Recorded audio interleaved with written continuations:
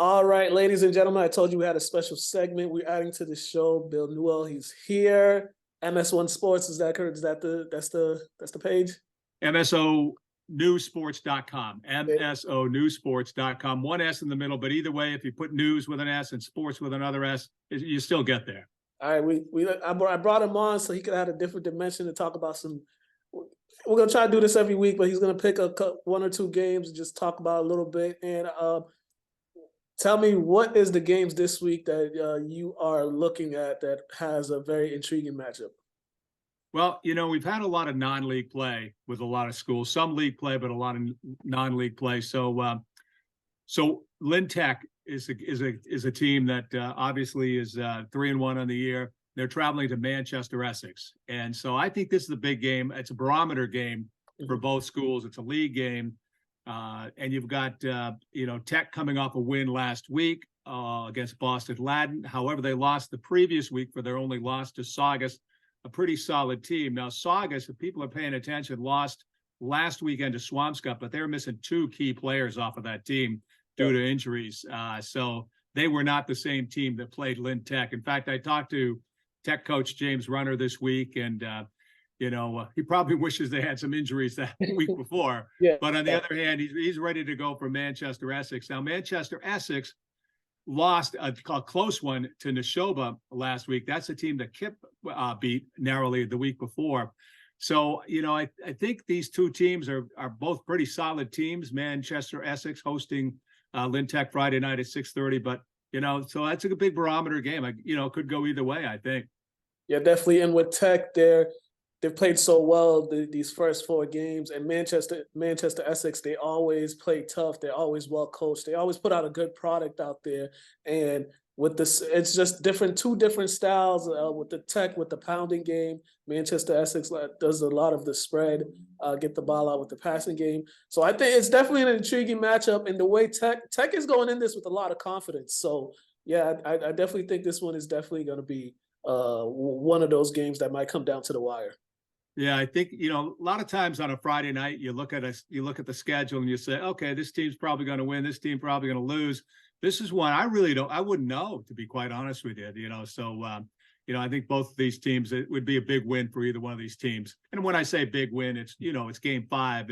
But I think it's an important win for either one of these schools. Yeah, definitely, and definitely good for Tech for their position. They got a good ranking. They're ranked really well right now as far as like the MIA rankings. So this will only help them if they come out with a victory.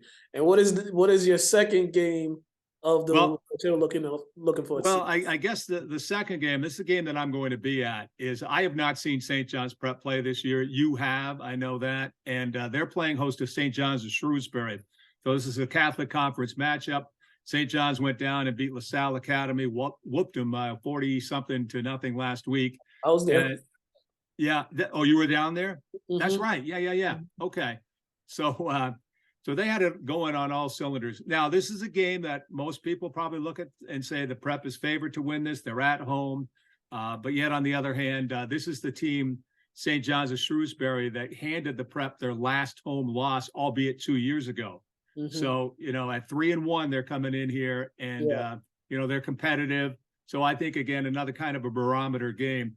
The Prep doesn't want to get tripped up at all on Friday night with St. John's of Shrewsbury. So it's one of those games where they're probably going to get tested as hard as they have all year, and they got to put it together. And, and they have been, definitely. And speaking with Coach Pierre, he believes his team is mentally focused for this their conference play. He believes these first 4 games they learned a lot. They picked up on the messages he's been sending, and that running game is something else. They really are old school in running the ball, and they will run the same play 4 or 5 times in a row until you prove to them you can stop it. If you can't stop it, they're going to continue to run the same play. And I've seen it twice so far this season, and when it's working, it's really working, and nobody has yet to stop them on that. It's funny. A few years ago, I think, last year, they've had some standout running backs, and they still do this year. But the game that you were at, the one last week down in Rhode Island, a lot of guys got touches on carrying the football last week, and Deacon Robillard, their quarterback, Coach St. Pierre says just nice things about him. He's very impressed with him and thinks he's leading the team well. And so you got to have somebody out there who can control the game. And St. Pierre feels that Robillard is that guy. He's able to do it. So, and what did he have? He had something like 140, almost 150 yards passing last week in that, albeit as it ended up a blowout kind of type win for them. Yeah, he makes good passes. He doesn't do more than he needs to do, and he makes good decisions with the ball. He does not make terrible decisions with the ball. And one last game before we get out of here, I'll throw this one at you. Malden Catholic and BC High. This game this Friday is going to be a very intriguing game. Malden Catholic is riding a 2-game winning streak right now.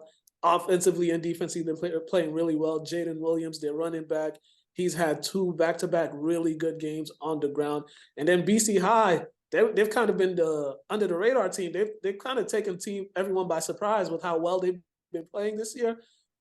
They lost a tough one to Everett last Friday, 35-34, last second of the game. But they've opened a lot of eyes. They have a lot of people's attention, BC High. And then in Malden Catholic, they're starting to have people's attention because they're playing really solid football right now. Well, that's a good tip on Malden Catholic for sure. And I think it was BC High that played that LaSalle Academy team as well. They did win, but it was pretty close, much closer than the prep score if you play the comparative score game. But you're right, playing Malden Catholic should be an interesting Catholic conference game for sure. Yeah. Yeah, definitely. Hey, Bill, thank you, man. Thank you for taking the time. Hopefully we could do this again next week. Please let the people know where they can find your stuff.